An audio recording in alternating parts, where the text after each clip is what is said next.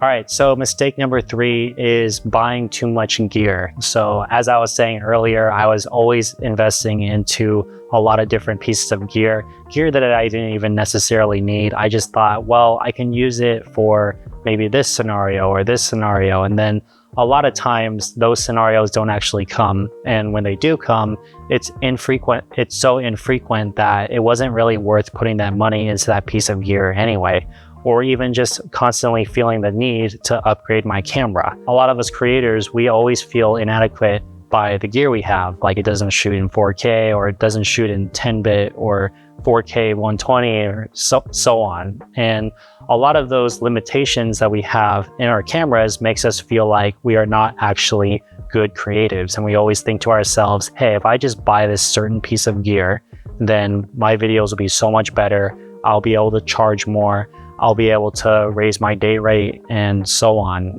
And in reality, when you're working with clients, when you're working with companies, they typically really do not care about what kind of camera you're shooting on. If you work in production and you're being hired as like a freelance DP or something like that, your kit might matter a little bit more, but this is more for people that are working with companies as opposed to working on production sets. And pretty much all the clients that I was working with, none of them ever asked me what kind of camera I had.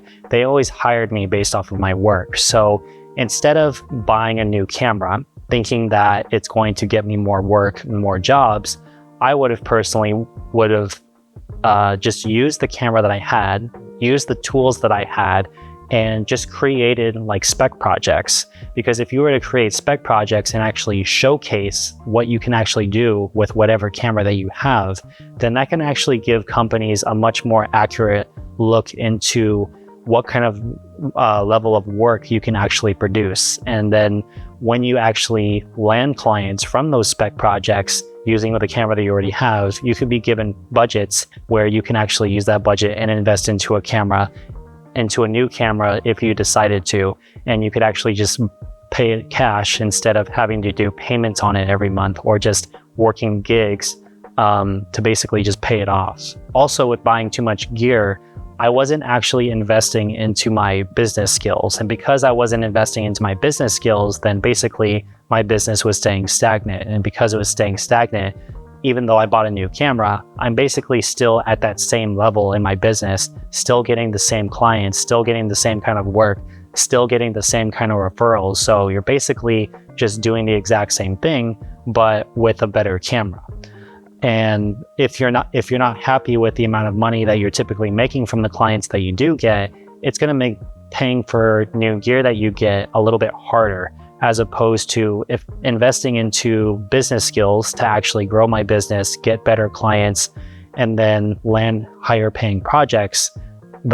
The work that you actually get from that makes paying for the gear a lot easier. Whether you are a beginner videographer or a more advanced one, I'm sure all of you guys have gone through the experience of feeling like a disposable videographer to your clients, not having a portfolio that's strong enough to qualify you for higher paying jobs. Clients always choosing the cheaper option over you. That is because 99% of videographers are too busy sitting there staring at their phone, hoping and praying that somebody calls to give them a gig today.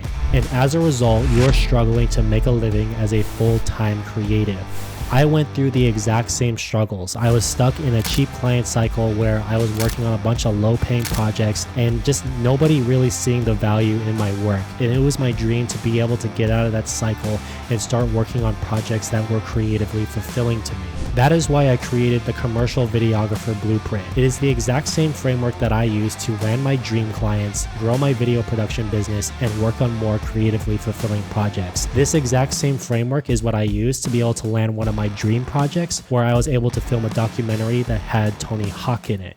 In this course, you are going to learn how to create a portfolio that attracts your dream clients, learn how to get their attention, and then learn how to get them to see the value in your work, and learn how to get them to think that it is completely insane for them to work with anybody else. And you can get all of this today for $147. And to be completely transparent with you guys, this is my very first course. So this is going to be the beta launch of this course. What that means for you is you are going to get access to this content for a much cheaper price than I plan on selling it in the future. And you will have the opportunity to leave feedback on how I can actually improve the course. And as I'm taking all that feedback and creating a better version of this course, early supporters will be getting access to that new content for free, while new people will have to pay the updated price. And don't worry, if you guys think that the course is trash and you didn't get any sort of benefit out of it, then I also offer a no questions asked 30-day money back guarantee.